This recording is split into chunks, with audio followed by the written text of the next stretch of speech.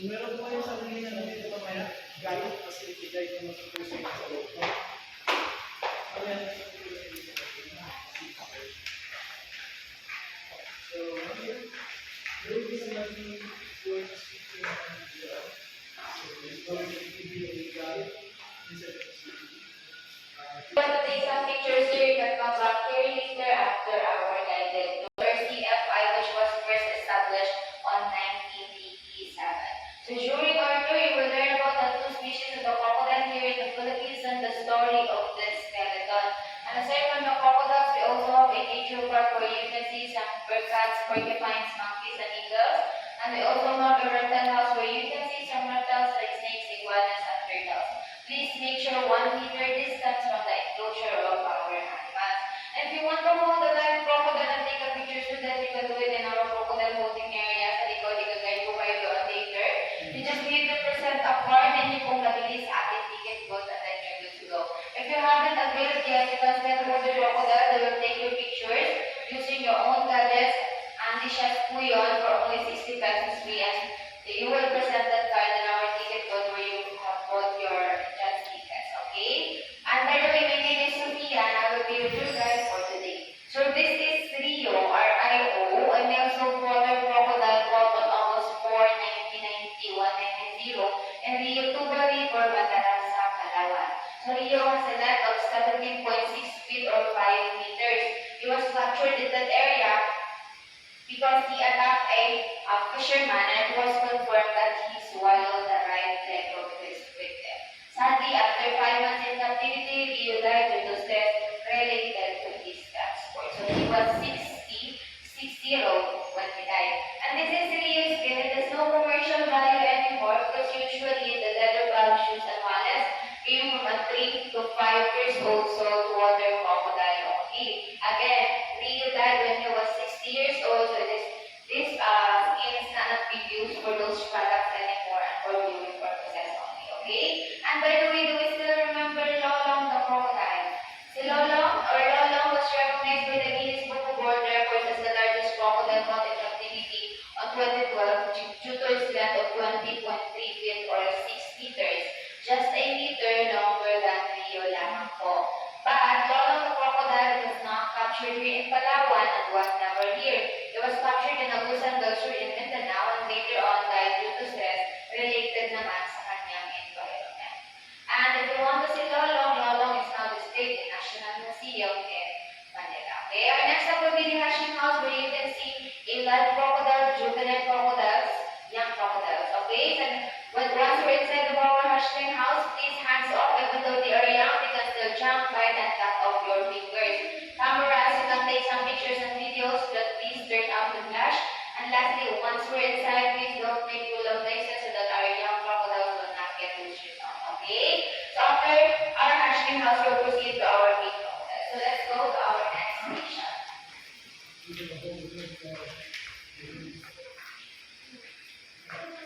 So along this hallway, you can see some trivia and informations about the crocodiles in our country. You can come back here later if you want to read some more.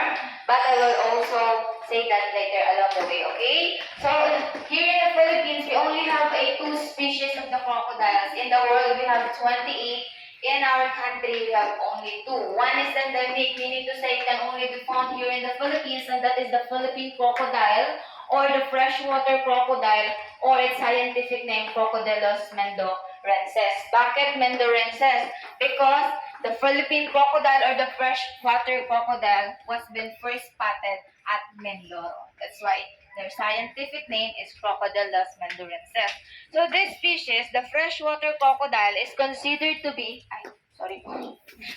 is considered to be critically endangered now. Why? Because it can only be found here in our country, unlike the other species that we have here, the saltwater crocodile, which is also the same species of Lolong and Rio in the Labi. The saltwater can also be found in another country, but the freshwater dito lamang po sa Pilipinas.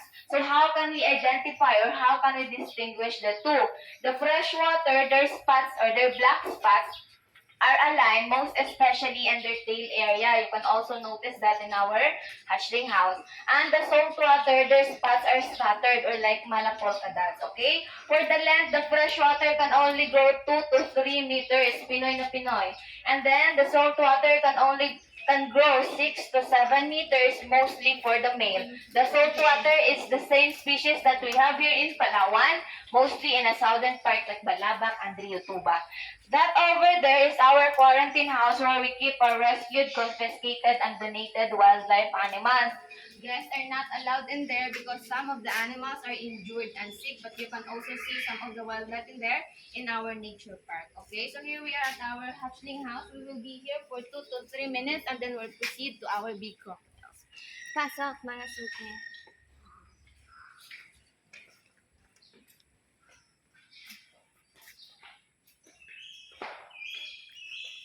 Ang cute naman.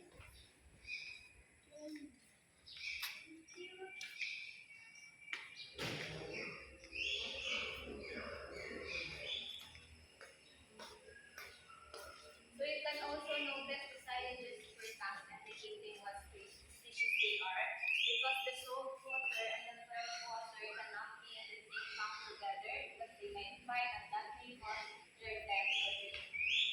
Okay? As I had said earlier, the fresh water, their black spots are aligned mostly in their tail area, but the salt water, their black spots are scattered like a polka. And the fresh water, their skin are lighter, while the salt water, their skin are much darker than the fresh water. So as you can also notice, these crocodiles are not really big. That's because the crocodiles are nocturnal animals. They are more active or most active at night, just like bats and owls. They're also carnivorous. They only eat meat. So here, we feed them chicken, fish, and pork. In the wild, they also eat those kind of animals but not people. They only attack people because they are highly territorial animals and they can really distinguish between beings or between people and between animals. Okay, so here we feed them once or twice a week, only 5 to 15 kilograms. In the wild, they can last or they can survive 6 months to 1 year without eating anything. Okay, 6 months to 1 year.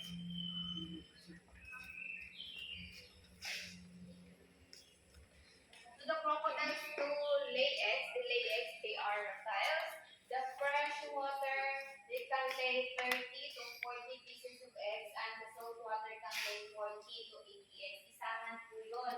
But the hatchability rate in the wild, yung nakikisa lamang, is 25 to 80%. However, in our incubation area, that building over there in the right, it's 98%. So that's 3 months of incubation period here in PWRC. In the weather, it depends on the weather, in the environment of the eggs. Okay, so now let's proceed to our bee crocodile.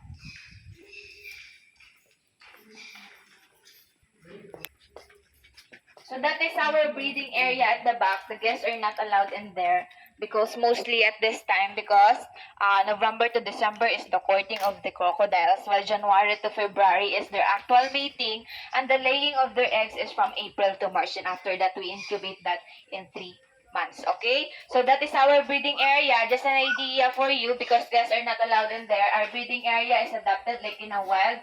They are spacious, they are free in there, and it's like in a wild, as you can imagine what's in the wild. That's also our breeding area at the back. Okay, so before we proceed to our big crocodiles, I just want to remind you for all your things, keep it not to fall down because once it's fall down, hindi ko po alam kung paano ko yan dadamputin sa baba ng buo at kung buo din po kung babalik sa inyo. Okay? So let's go up and then watch your steps.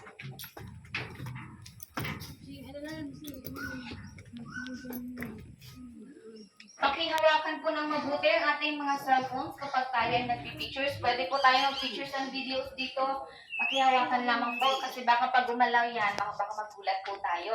So on your first pen on your right, this is Saklan donated by the municipality of Baclan. Donated by the former governor of Baclan. He was a pet back then. Okay? Yes, you can also have a pet or crocodile pet, but a salt water only. You cannot pet the fresh water. You can pet the salt water, but with formalities or legalities. There's so many license or permits that you have to comply if you want to have a crocodile pet. So, Aklan is a pet of former governor and was donated here. So, Aklan is approximately 60 to 70 years old and a 16 feet male saltwater crocodile. On your right, this is Mar. Where's Mar? Okay, Mar is camouflaging. Mar is captured and was captured in Sitio Marabahay, Rio Tuba, Palawan because he attacked a resident in there. Same case scenario of Rio in the Labi. So Mar is approximately 30 to 40 years old and a 14 feet male saltwater crocodile. And below me, nag-iisa lamang po siya dito. This is Aklan. Aklan, Makmak. Makmak is captured in Sitio and Barangay Macarascas, Puerto, here only in Puerto Princesa, Palawan on 1990. Okay, 12 feet lamang po nung first captured si Makmak. Now, he is measuring 17 feet. If you can remember in Rio in the Labi, it's 17.6. So Rio is longer than Makmak of 0.6, but Makmak is still alive and breathing. So this is Makmak. Around 70 to 80 years old na po si Makmak. Okay? He was first captured. He's only 12 feet long. Later on, I will show you the 12 feet long. Meron din po tayo dito. And our fourth pen, we have here Kalayaan. Kalayaan is from our breeding area at the back. Usually, the sexually matured age or the breeding age or mating age of the crocodile is from 10 to 30 years old. Now, Kalayaan is 60 to 70 years old. So, he has done his purpose. Tapos na po siyang in-mate or i-breed because he is now 60 to 70 years old. That's why we transferred him from our breeding area and for our viewing area. Okay? For educational and viewing purposes. So, that's Kalayaan, approximately 60 to 70 years old na po. So all of those adult and big crocodiles that you have seen, they are the species of a saltwater crocodile. Below me or below us is a 50 pieces freshwater crocodile, the one that is said that is critically endangered and can only be found here in the Philippines. So they are around 5 to 7 years old freshwater crocodile. Cannot be sold, cannot be commercialized. Bawal po yan because they are being conserved para po dumami because they are now endangered species. Okay? So that's a freshwater Naku, crocodile. ito pa meron. And here we have Kota. Kota naman is from our Cotabato City, Maguindanao. Former pioneer or breeder din po siya from Cotabato City and was transferred here in PWRCC. So that's Kota. If you can notice, Kota has a white scar on its head, but that's not because Kota is sick right now. That's because he got it from fighting before he was captured.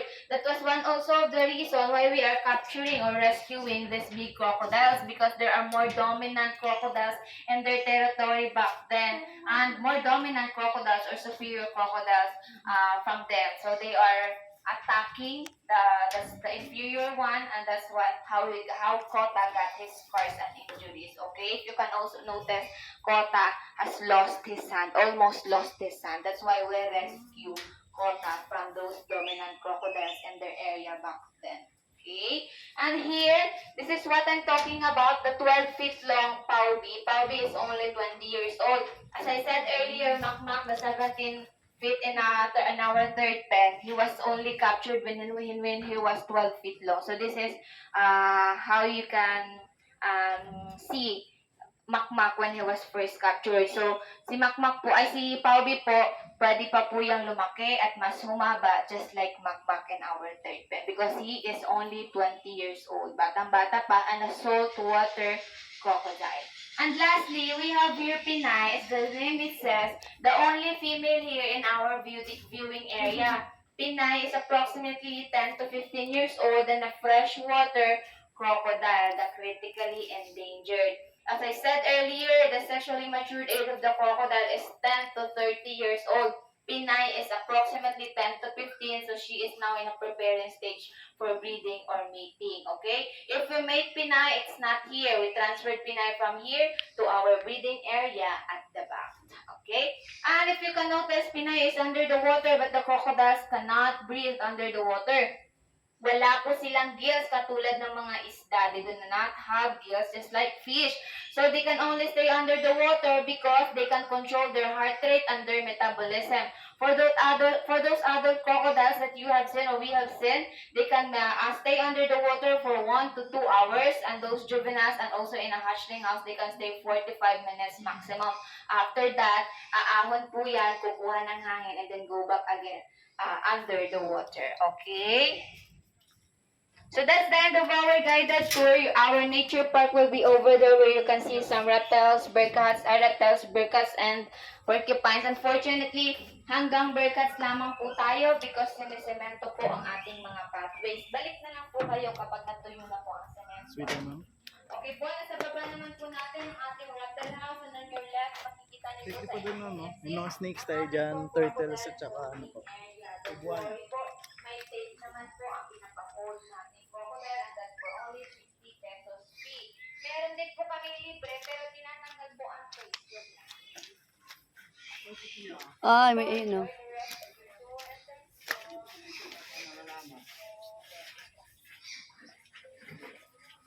Ang laki. Ikaw din naglilinis dito sa sawa? Yes, ma'am. Oy? Sawa ba yan?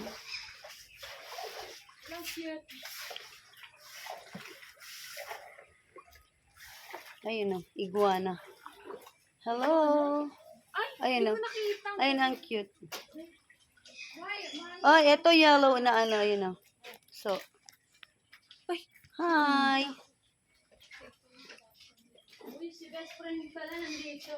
Hi, best friend. Ba't ka nandyan? Ito, nakakatakot, Mali.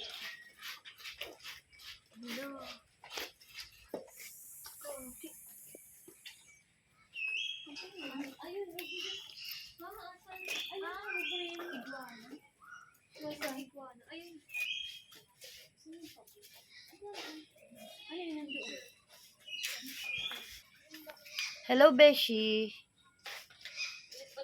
Wala, nakakatakot yung dila. Ganito po, this one. That's not dangerous. Careful, ah.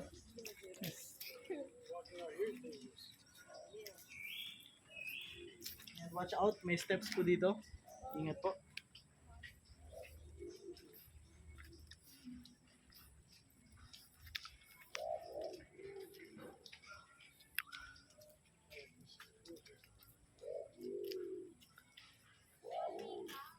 Gusto niya daw dito.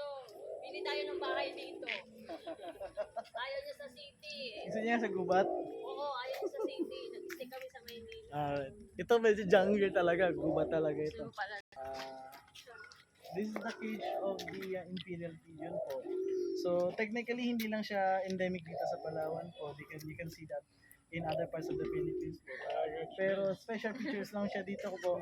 You will notice, have you seen a pigeon before or kalapate po? Yan. Mas malaki po ng konti yung katawan nila, yung build ng katawan nila compared doon sa typical na mga pigeons na nakikita nyo. And may kasama po sila sa loob. Nakikita nyo po yun, yung isa na yun, may puti sa ulo. Medyo malayo lang po yun. Yung black? Actually, may blue po yun sa likod. Yun ang kulay blue. So yun po yung tandikan, yun po yung Palawan Pheasant Peacock. So this peacock is actually endemic here in Palawan. The matured size of peacock is ganun lang po kalaki, parang manok lang rin. If you've seen a chicken, parang ganun lang rin po siya. And yung behavior niya parang manok lang rin, kakaskas lang rin po ng manok. You might notice po sa mga ID namin, yan may peacock po. Sa may mga peacock din sa around the city. It's because of yung yung peacock po na yun, yung microblue na yun. Black. Dito po makikita niyo na maayos po. Color black. Ganun lang po yun, tsaka laki talaga. Yan na po ang mature size nila. So dito lang po yan siya makikita, and other parts of the Philippines wala na po. Pusin po tayo dito sa po, sa Bigat. Bigat ba? Chicks ba Gusto yan? niya dito. Gusto niya daw ganitong place kasi malamig. Dito ka pinira.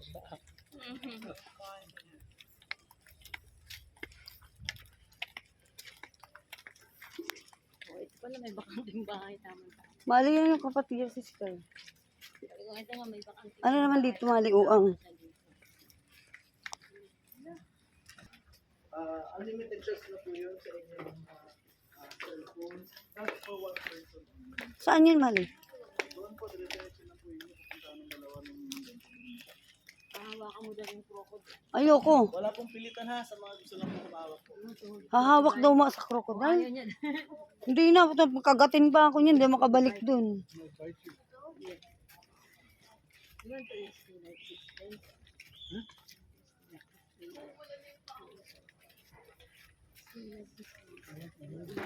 Jungle. Dala yun sa Bicol. Bicol.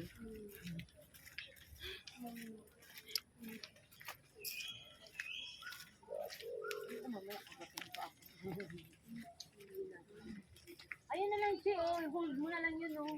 Alin? Kung ipalok mo yung ulo mo doon.